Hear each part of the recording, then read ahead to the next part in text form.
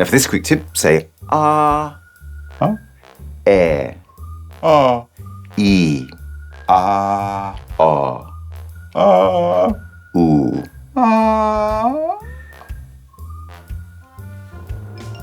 Perfect.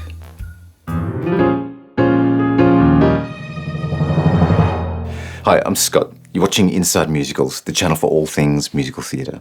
Now, some singers come to this technique intuitively, but maybe they never make the conscious connection. Whereas for others, this will be a brand new idea, and that is how we use our vowel sounds for more consistent vocal tone.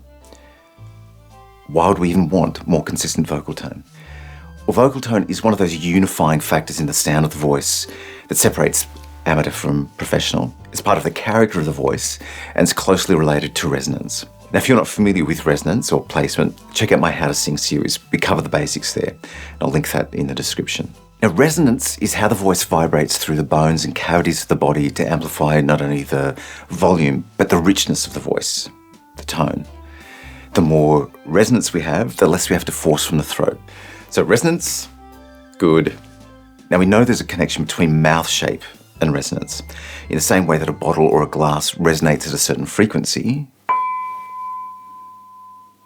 the space within our mouth at any given moment resonates at a certain frequency to reinforce the notes we're singing.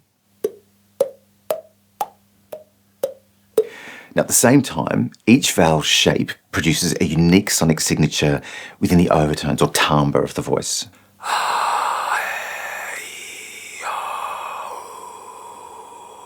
And here I'm alternating vowels on the white noise of a whisper, so you can hear that timbre independently of any pitch I might be singing. And to me, those changes sound like an EQ control, where it's dampening certain frequencies and emphasising others.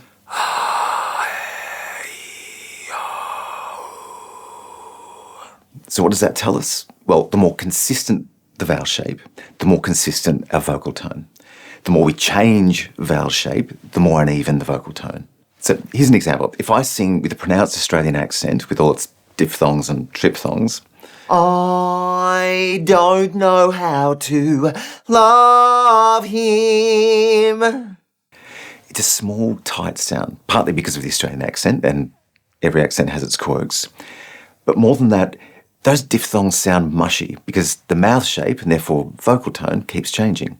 The vowel never has time to stabilise, to kind of ring out with that clear, open, singy sound that so many of us strive for. If I prioritise the first vowel of those diphthongs, I don't know how to love him, it's cleaner, but it's not a complete solution because the mouth shape still varies widely from vowel to vowel. So we'll look for any naturally repeated vowel sounds in the lyrics to try to get used to repeating mouth shapes wherever possible. And remember, it's not always how they're written on the page, but how they sound. And that'll be important as we go on. So in this phrase, don't and no should share the same vowel shape.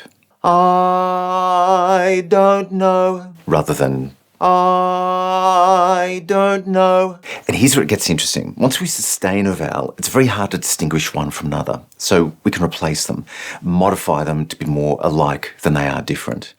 And once we find that resonant placement, we can try to maintain our mouth shape as much as possible. Now, there are always going to be variations in mouth movement, but for instance, we might shape an oo more like an aw or an ah. Ooh, aw. Or an e more like an e. E, e.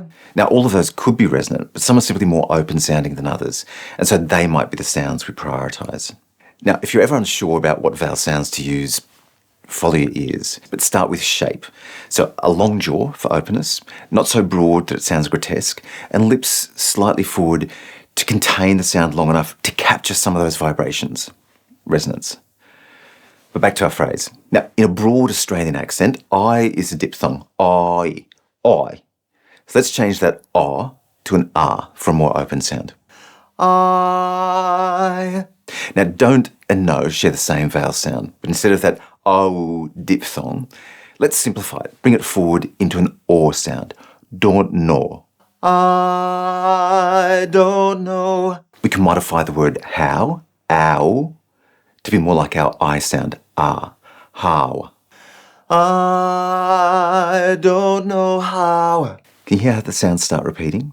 Strictly speaking, the word love shares that same R sound.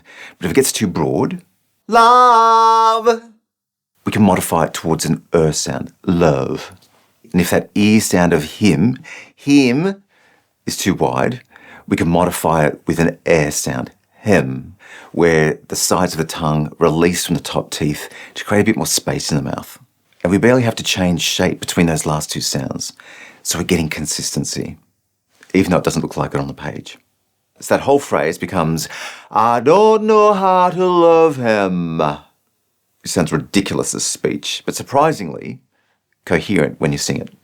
I don't know how to love him. I don't know how to love him. So this technique is beyond just singing clean vowels. It's about unifying those shapes for a consistent sound. And there's no right or wrong for the exact vowel shapes to use. That'll be a question of taste, the song, the style, the individual. We're all built differently, so we'll feel that resonance differently. So trust your ears. Work with a vocal coach to find these sounds. But start by lengthening every vowel in the song just so you know where they are. And once we confidently find those idealized sounds, we can balance them against intelligibility, storytelling, interpretation to make them sound more natural. And for inspiration, watch our singers like Whitney Houston, Jennifer Hudson, Barbara Streisand, Leah Salonga, Leah Michelle. Shape the mouth not only on the money notes, but on every word in every phrase.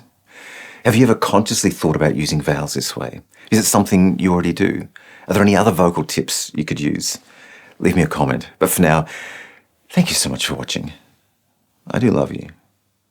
Now, get out there and be brilliant. Hi.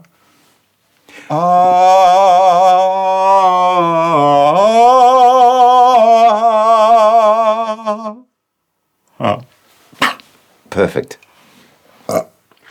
Uh-oh.